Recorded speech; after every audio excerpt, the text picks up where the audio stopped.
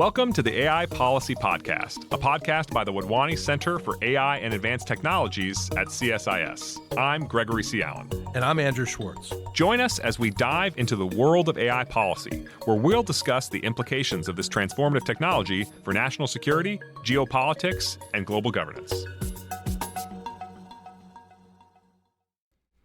In this special edition episode of the AI Policy Podcast, you will hear a discussion my co-host Andrew Schwartz and I had with Chris Miller, chip war and professor of international history at Tufts University.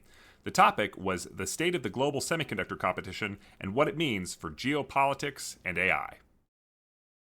Welcome to a crossover episode of my new podcast with CSIS's Gregory C. Allen called the AI Policy Podcast. And this, of course, is Truth of the Matter. We thought we would post this podcast on both because we have an amazing guest. We have Chris Miller, who's the author of Chip War, The Fight for the World's Most Critical Technology, which is really what the seminal book on this is right now. Chris is an associate professor of international history at the Fletcher School at Tufts, where his research focuses on tech, geopolitics, economics, international affairs, and Russia. Chris, welcome to this crossover podcast. So glad to have you with us. Well, thank you for having me. And Greg, this is a great day for us to be doing this because today at CSIS, United States Secretary of Commerce Gina Raimondo spoke at CSIS. And one of the key things she said was, and I quote, "We think our investments in leading edge logic chip manufacturing will put this country on track to produce roughly 20% of the world's leading edge logic chips by the end of the decade. Today, we're at zero." So can I get both of you to react to that statement that she made today? And what does it mean for the United States going forward? Chris, let's start with you. Well, I think that matches what the Commerce Department's strategy has been since they launched the CHIPS Act. They've said they wanted 2 clusters of leading edge logic in the United States. And although they haven't dispersed any of the big grants that I think people are expecting, my sense is that their goal is to devote most of the money behind the CHIPS Act to supporting leading edge logic manufacture. The challenge, as Secretary Raimondo alluded to, is that right now, the 2 biggest producers of the most advanced chips are not in the US. They're in Korea and Taiwan, although both the companies involved are building big new facilities in the United States. And Intel, the third player in that race, is itself dramatically expanding capacity and rapidly trying to catch up its technology so it's just as good as those other 2 players. So I think the 20% number sounds plausible. It's a long way between now and end of the decade. A lot can change, but at its face, that sounds like a reasonable prediction. Greg, and what about you? You were here today for this. What did you think? Well, we're always delighted to have a cabinet secretary come speak at CSIS. I was a little bit surprised by the 20% number, not because it seems implausible. I agree with Chris. This is achievable if everything goes well, but because there was a number. Really sort of, to me, sounded like Japanese style industrial policy, where you do actually sort of codify, this is what we're aiming for in terms of market share. And so, of course, the CHIPS Act was already industrial policy, but now sort of the other trappings of industrial policy are making their way back into the U.S. policy ecosystem. And 20%, if I was Korea and Taiwan, in some sense, it would be reassuring to hear that number. Because on the one hand, right, they're currently enjoying 100% market share. So that is going to come at a loss to them. But on the other hand, it also signifies that the U.S. is not hoping to end its incredibly close reliance upon Korea and Taiwan. They're going to remain critical players in the ecosystem a decade from now and even beyond. But to both of you, doesn't this mean that we want to be more reliant on ourselves and dominate this market? And, and I think really, we hear a lot from the administration about Made in America.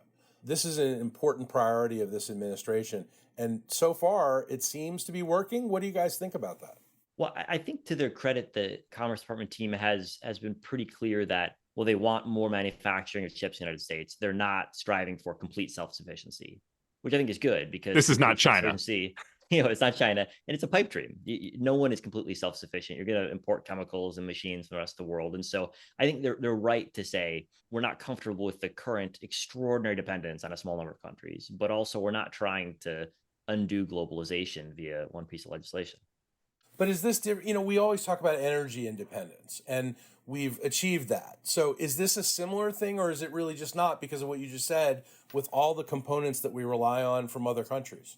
Well, I it think depends what your definition of energy independence is, but it is true that I think that we export more than we import in terms of energy. But it's also true that if imports were to go to zero tomorrow, the economy would collapse. So, have we actually achieved independence? No. What I think we've achieved and what we're hoping to achieve is increased self reliance and also increased flexibility, right? When the car crisis happened in automotive chips during the COVID epidemic, the United States sort of discovered just how few tools it had in the policy toolbox to respond to that crisis.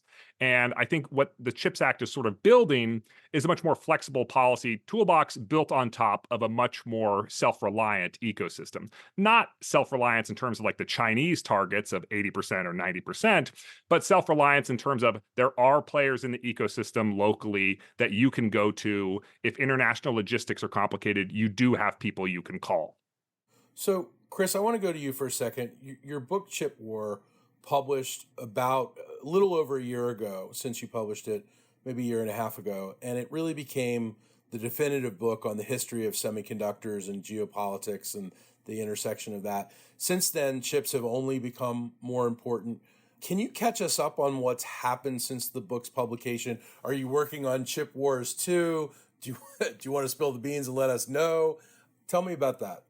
Well, I think if you look over the last 18 months, there's been a couple of really big changes in the landscape. So first, ChatGPT was released, sparking a boom of investment into AI infrastructure, which means lots and lots of GPU chips. And so now NVIDIA is a company worth $2 trillion, the third most valuable company in the world. That's all brand new due to investment that's happened over just last 18 months. That's one. Two, the US-China competition in the sphere has ratcheted up to a really unexpected degree via a series of export controls from the US side and responses from the Chinese side, China's threats to withhold exports of chemicals and materials used in chip making. I think the industry's been really surprised by the speed at which both countries have tried to intervene in supply chains to suit their own political interests. And that's a second thing. And then you map on all the industrial policies that the US and Europe and Japan and India and Korea and Taiwan and other countries are trying to impose, and the industry is changing really rapidly under each of these three different trends. Greg, give me your thoughts on this. Well, I think the past few years have sort of seen the realization of multiple countries' fears and multiple countries', sort of ambitions when it comes to semiconductors. On the one hand, we had the aforementioned COVID-related supply chain crunch of the semiconductor ecosystem. And the US Department of Commerce estimated that experience shaved a full percentage point off of GDP in the United States, which is really big to sort of, when you think about the United States typically only grows 1 or 2 or 3% a year, for just one of those to disappear because of one industry having a shortage, it really woke everyone up to the strategic implications of this technology.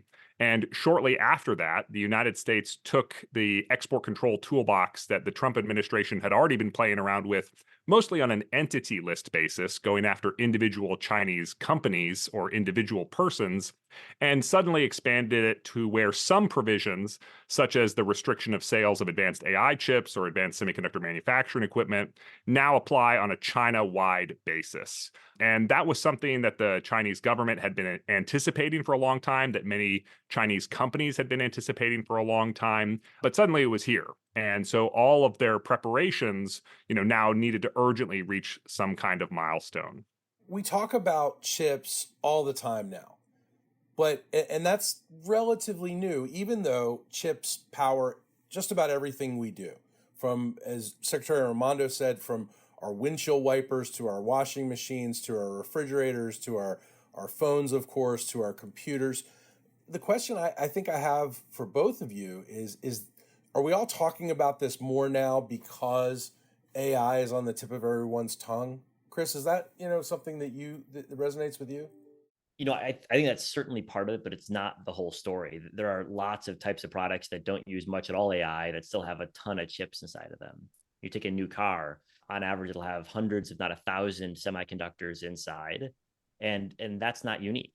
All of the goods we rely on have lots and lots of chips. And so even if you set aside AI, the reality is we as a society are going to rely more and more on larger and larger numbers of chips. Yeah, I think this is part of why the reason why Chris's book was so good is that he's a historian and actually a Sovietologist of all things, and not a technologist. And so, who better to sort of put the semiconductor industry in its proper historical context? Mark Andreessen, the venture capitalist, wrote a very famous Wall Street Journal op-ed over a decade ago called "Software is Eating the World." You could have written the op-ed "Semiconductors have Eaten the World" every decade since basically 1960, and had a very good justification for why that was the decade. It really does seem that there's no limits to how critical this technology has been, and how even more so it continues to be. What I think is different about the current moment is that geopolitics is suddenly front and center in the story. The companies and even the countries that have been the backbone of the semiconductor industry have been talking in recent decades, about free trade and an interconnected, interdependent system where, basically the more trade, the better. It was in and of itself almost the good that was being pursued.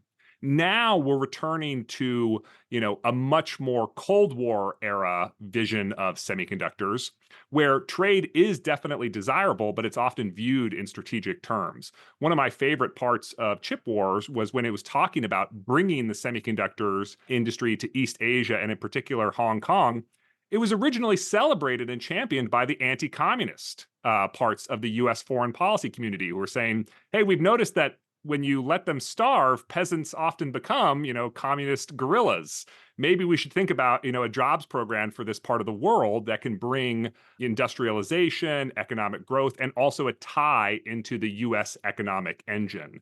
And we're now back in a situation where we view the semiconductor industry, if not principally, then certainly, extremely centrally, as a geopolitical, geostrategic story. Okay, well, let's talk about that for a minute. Over the past year, the Biden administration has worked extremely hard to prevent our adversaries, Russia, China, from using U.S. semiconductors and other advanced technology through export controls and other measures. However, the enforcement of these restrictions has been, by some accounts, a bit leaky. Is this actually working, Chris? Well, I think if you look at the export controls on Russia and China, you've got to realize that there are two different challenges. So the export controls in China are laser focused on one type of chip and leave almost every other type of chip totally untouched. And so that's a very focused challenge. And the type of chip in question also happens to be one of the most expensive and also scarce chips in the world today. Whereas for Russia, Russia's putting a ton of pretty simple chips, commodity chips, into its missiles. And those chips are available. Sorry, Chris, can you just put some numbers on that? Because the disparity is like jarring. So there are 1 trillion chips produced in the world each year, of which many different types end up in weapon systems, because just like a car has 1,000 chips inside of it, so too does a tank on average. And most of the chips in military systems are not super complicated. And so Russia's buying off-the-shelf commercial chips, not that different than what you'd find in your dishwasher, and plugging them in its missile systems and its drones. And so it's not that much of a surprise that we're having trouble cracking down on that trade, because there's literally hundreds of millions of each type of these chips circulating, and they might cost like $2. Yeah. They cost less than $1, and that's why the enforcement challenge on Russia is so much harder than the enforcement challenge on China, where we're trying to cut off China from buying a couple types of chips produced by just a handful of companies, and really just a handful of factories produce these chips. So it's much more concentrated. So Greg and I have talked about this a lot on our podcast, and also before we started the podcast on this Truth of the Matter podcast. We talked a lot about how, is it actually possible to prevent Russia and China from getting access? What do you think about that? Well, I thought it was pretty interesting. Xi and Putin spoke a couple of weeks ago and promised after the meeting to continue their close industrial cooperation. The only industry they're really cooperating in is the Russian defense industry. So it doesn't seem to me like there's much interest on the Chinese side in reducing that cooperation. And Greg, what are your thoughts? I think different parts of the export control ecosystem have different degrees of feasibility and also have different types of goals. I've said before that the United States has export controls that it knows are not having some kind of strategic impact. So, for example, when the Syrian civil war was in full-blown crisis mode, the United States banned the sale of handcuffs to Syrians, Bashar al-Assad, dictatorship. Well, did anybody think that they weren't going to be able to get handcuffs just because America wasn't going to sell them to them? Like, no, it was about sending a signal. Like, we're not going to assist you in repressing your people. It wasn't about the strategic effect. It was about the messaging type effect. Then there are other export controls that we absolutely do want to have a strategic effect.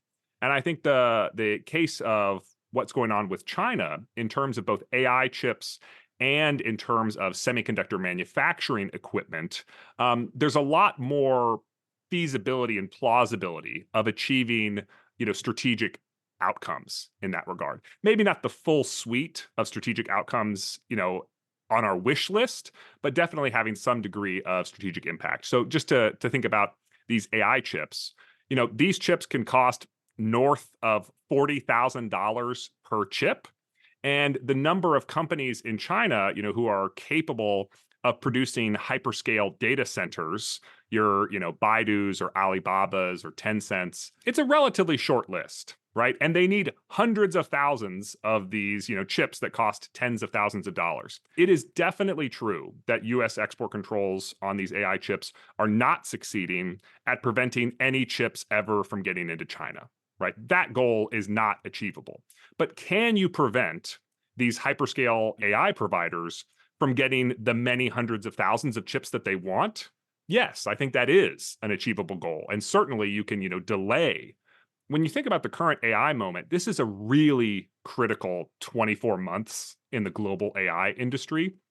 And it probably matters quite a bit that China is having such a hard time getting enough of the chips that it wants. And then on the semiconductor manufacturing equipment side, there's even more plausibility because a lot of these systems, require constant updates, maintenance. So the manufacturer does not sort of drop them off and then say goodbye for a few years. They probably live in your factory. So, Chris, is this what you mean when you talk about de-risking and that you think it'll fail? Well, I think de-risking is a political slogan that was invented by political leaders that wanted to sound like they were doing something, but didn't want to pay any price. It's not a coincidence that the word first emerged from our European friends who are unsure as to what their policy towards China ought to be. And so it seems to me there's sort of a fantasy world of reducing risk without paying any cost for doing so. And I think the reality is that we're going to be forced to choose between one or the other tougher options. And we might as well be honest about the choices that we're making. How can the United States better enforce rules to stop our adversaries from using our chips and other advanced technologies? Well, I think part of the challenge is that our export control agencies haven't been resourced to the extent that they need to be. Since the Cold War, we hadn't really thought that much about export controls, and understandably so. But since then, we haven't built the tools we need. We haven't invested in the technologies we need. We haven't hired the number of people we need. And as a result, I think the Commerce Department, which has to enforce these rules, has faced issues in terms of ramping up their ability to enforce. And I understand why. They're trying to enforce controls all around the world on a new type of technology they haven't really had to deal with in the past. And it's not an easy task.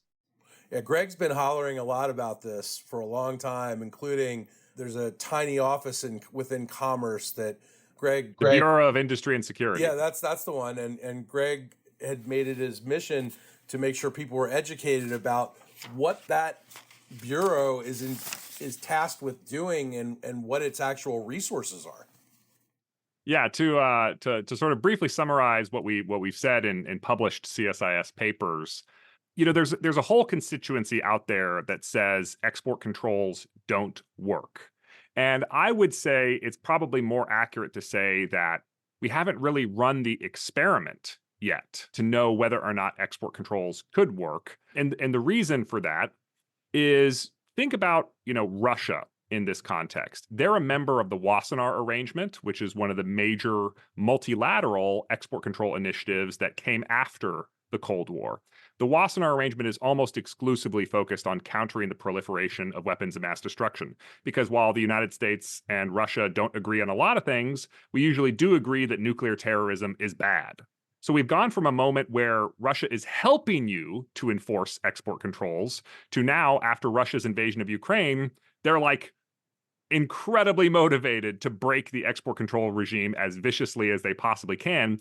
And the resourcing of the before and the after is basically the same at the Bureau of Industry and Security. So your job has gotten like more than 10 times harder, even before you talk about the China side of the equation. And your resourcing has basically stayed flat. What do you expect to happen in that kind of environment? And I'm so encouraged that Secretary of Commerce Gina Raimondo is now talking about this openly, describing, what it's going to take for a more muscular export controls enforcement strategy. And I don't mean to say that everything that's going on with export controls and their shortcomings is a resourcing question. Strategy matters a lot here. Licensing approach matters a lot here, but resourcing matters a lot here too. Going back to the Cold War, we had a group called COCOM that brought together the Europeans and the Japanese, and we disagreed at times, but hashed out a common policy and even some common enforcement mechanisms. And right now, we don't really have that. Yeah, sort of COCOM is. I'm so glad you brought this up. So COCOM was the economic counterpart to NATO. They were born at the same time, and they were born out of the same diplomatic discussions.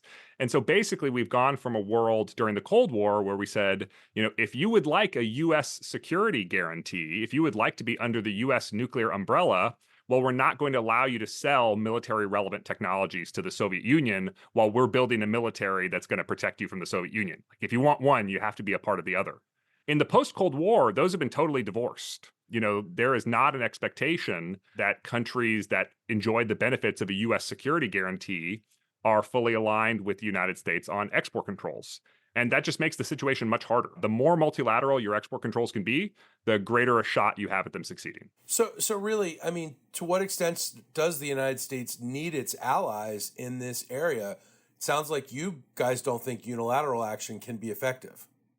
I think there are some cases where unilateral action can work, but I'd say your chance of success is much, much higher if you've got your friends on board. And the good news for the US is that in the chip space, all of the major producers of high-end chips and chip making equipment and chemicals and software, they're basically all US partners or allies. Yeah, I mean, it depends what your definition of success is when you're talking about what can unilateral export controls achieve. I think about, for example, the Trump administration export controls upon Huawei.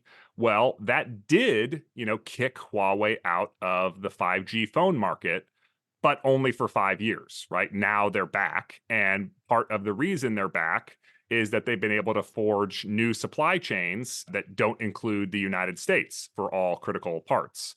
And so that sort of gets to what are you trying to achieve in terms of strategic impacts and over what time frame? Unilateral export controls can do a lot in the United States, but those impacts tend to be temporary. If you want something more strategically long lasting, you really do need it to be multilateral.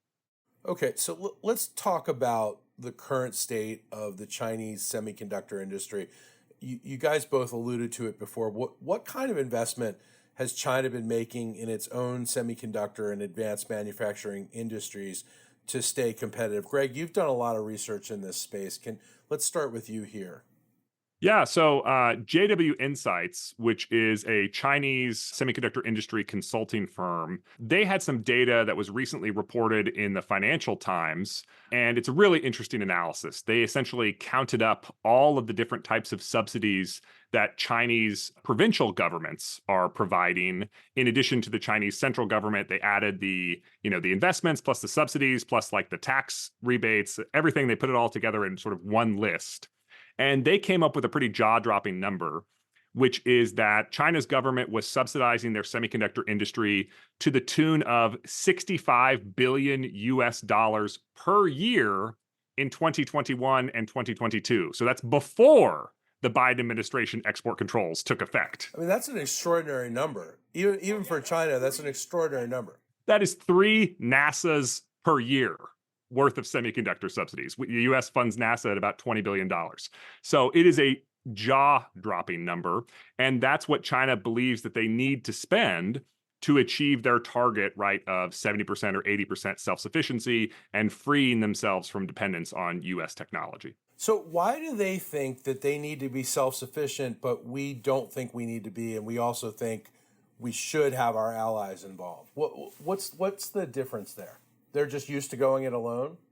Well, I think there is something deep in the DNA of the Chinese leadership that pushes them towards self-sufficiency. You've seen it in in any number of industries. That's why as China's economy grows and grows, the share of imports doesn't grow because they're trying to build an essentially self-sufficient manufacturing sector. I think the other challenge that they face is that if you look at all the other key advanced economies, they're all essentially competitors or rivals to China. And so there is a geopolitical dynamic behind this, which is that I understand why they're less willing to depend on foreign trading partners if all of their key foreign trading partners happen to have major foreign policy disputes with China. But what that's meant is that, yeah, they've been driving hard towards more self-sufficiency in the chip sector. They're still a long way away, but they're making probably more progress in self-sufficiency than anyone else in the world. Well, let's talk about their progress. In the first 2 weeks of 2024, Huawei overtook Apple to become the top smartphone selling brand in China, the first time it had done so since being placed on a trade blacklist in 2019. What does this tell us about China and its ability to produce high-end chips domestically? Well, I think one of the aspects of China's industrial policy, in addition to just the massive subsidization, is a focus on what they call dual circulation, which effectively means Chinese providers selling to Chinese customers. And so they think a lot about how to make it so that there's more internal circulation in the economy and less reliance upon foreign customers. The reason why that's important is if you think about the smartphone market, it's like one of the largest smartphone markets in the world. Often it is the largest smartphone market in the world. And so they're thinking about how can they get more access to that. Well, in the software world, China has a very advanced cloud and internet tech giant ecosystem. And part of the reason for that is that they've banned US companies from competing in a lot of those markets. And so as part of this dual circulation strategy, China accuses the United States of refusing to sell to China, but China also has these mechanisms where it tries to persuade Chinese consumers to refuse to buy from America. And one of the more recent moves in this regard actually relates to Apple. The Chinese government effectively told all employees of Chinese state-owned enterprises, don't bring an Apple smartphone to work because we think it is a security risk.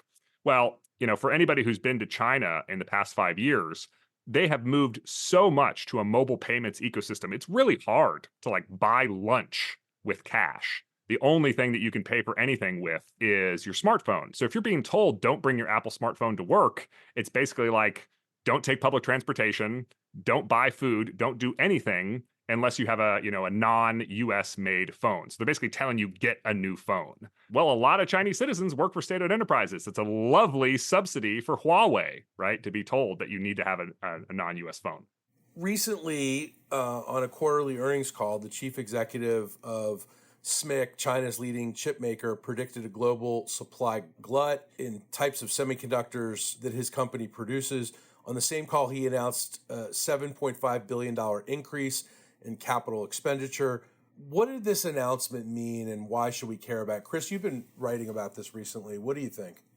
There's been a lot of focus on the cutting edge chips used in AI applications, but if you look at where most of China's building is happening, it's for factories that are going to produce lower end foundational chips, the types of chips that are in dishwashers and cars and other applications. And this is where China's got a lot of the technology it needs domestically to produce these types of chips. Not all, but much of it can produce domestically without too much outside help. And that is where we're seeing the largest increase in manufacturing capacity. And most of the private sector estimates suggest China's going to double its capacity to produce these types of chips for the next couple of years, certainly by the end of the decade. And that's going to have market impact. It's just impossible for me to imagine that if you have the world's second largest economy dramatically increasing chip production, there won't be dislocations. And so right now, if you talk to policymakers in Tokyo or in Brussels or in Washington, there's a lot of focus on what will the impact of this new surge of Chinese-made chips mean, both for Western companies, but also what are the security implications if we end up relying more and more on Chinese-made chips in our critical infrastructure. Yeah, I think that was a lovely gift to the US trade lawyers who are going to be arguing that China is dumping chips onto the market when you have your leading logic chip supplier say there's an oversupply. And in response to the oversupply, I'm 10xing my capacity. I do want to lightly disagree with something that Chris said about, SMIC increasing their legacy chip production. SMIC is the most advanced logic chip manufacturer in China. They're the ones who are making the 7-nanometer chips on behalf of Huawei for these new 5G smartphones. Well, SMIC has said that all of their new factories are for, 28 nanometer or less advanced. In semiconductors, a higher nanometer number usually means less technologically sophisticated. And in order to get around the export controls, they're claiming they're buying all of this equipment to make legacy nodes. But that has yet to be confirmed. A lot of this equipment could also be put to use for 7 nanometers chip. And in fact, other times, SMIC has publicly disclosed that, hey, this is a 28 nanometer facility, but we plan on upgrading it later to be a 14 nanometer facility once that process is more mature. And so it could be the case that the United States and Europe and Japan are in this really tough dilemma where we effectively say, hey, you are dumping 28 nanometer capacity onto the market. Dumping is illegal under all these international trade agreements. Therefore, we're going to put up massive tariffs to prevent you from, flooding the market and putting all of our companies out of business. Say we erect those walls. Then perhaps China responds and says, okay, if you won't let us sell legacy chips, surprise, we're now retrofitting all of these fabs to be advanced node production. And when we said we were complying with your export controls, it was a lie. We bought that equipment and we're using it for advanced node manufacturing, even though we signed a letter swearing that we wouldn't. It's a very plausible scenario, I would argue. So I want to close with a question to both of you. What are you both looking at over the next couple months that you want to really closely monitor, and what does it mean for the United States? Chris, let's start with you. I think the key question, not only in the chip industry, but the entire tech sector, is how quickly can companies start monetizing new AI products? We've seen a huge surge of investment on the thesis that there will be a lot of money made in AI. Right now, we've yet to see that materialize. It's in its early stage, so I don't think we should have expected to see that materialize. But this is going to be key, is how quickly can companies start making money off AI, because the investment will only be sustained if, in fact, it ends up being profitable. That's, I think, crucial for the chip industry as well as for the broader tech sector. Greg, I see you nodding your head. I think you would agree with that. Yeah, I mean, you've got companies like OpenAI that are announcing $2 billion in annual revenue, but you've also got like trillions of dollars in investment. So $2 billion in annual revenue is not enough, right, to justify. There needs to be massive growth. It needs to include companies beyond OpenAI for those sort of expectations to be realized. But I would say I'm still focused on the geopolitics aspect as well. And I think a lot about, these export controls. Are they going to be made more multilateral? Could countries like South Korea or others who are suppliers of either equipment or equipment components be brought into the fold? Can they address the problem of spare parts still getting through, even when the entire completed machines are not getting through? These are all big questions upon which the success of the Biden administration strategy really does hinge. Gentlemen, thank you so much for helping put all of this in perspective, these incredibly important issues that all of us in the national security community, the technology community, and the foreign policy community are watching, and the trade community are watching very closely. For those of our audience who, by some miracle, have managed to get through the past couple of years without reading Chip War, let me once again say you should read Chip War. It is fabulous. It is a real achievement. I think it was Financial Times' best business book of 2023, and that was a well-deserved award. It's extremely readable. It's extremely informative. And Chris Miller, we're so glad to have you on the podcast. Well, thank you so much for the invitation. It was a fun conversation. Thanks for listening to this week's episode of the AI Policy Podcast. Be sure to subscribe on your favorite podcast platform so you never miss an episode. And don't forget to visit our website, csis.org, for show notes and our research reports. See you next time.